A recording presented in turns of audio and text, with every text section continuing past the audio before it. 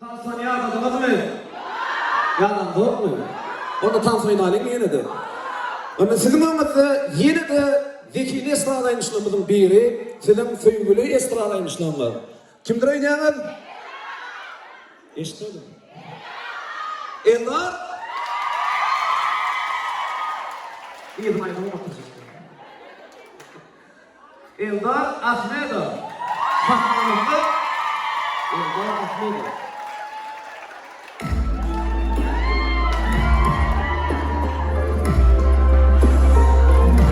Bayramımızın tuhaflık gerekirdi.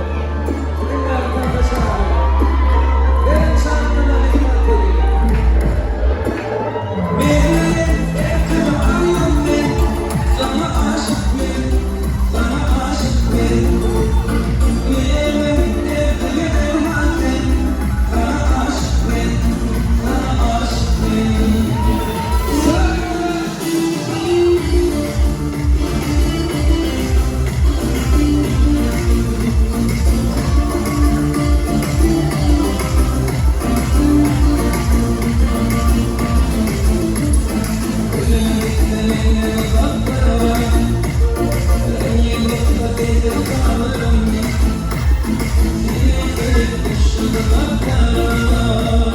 Let's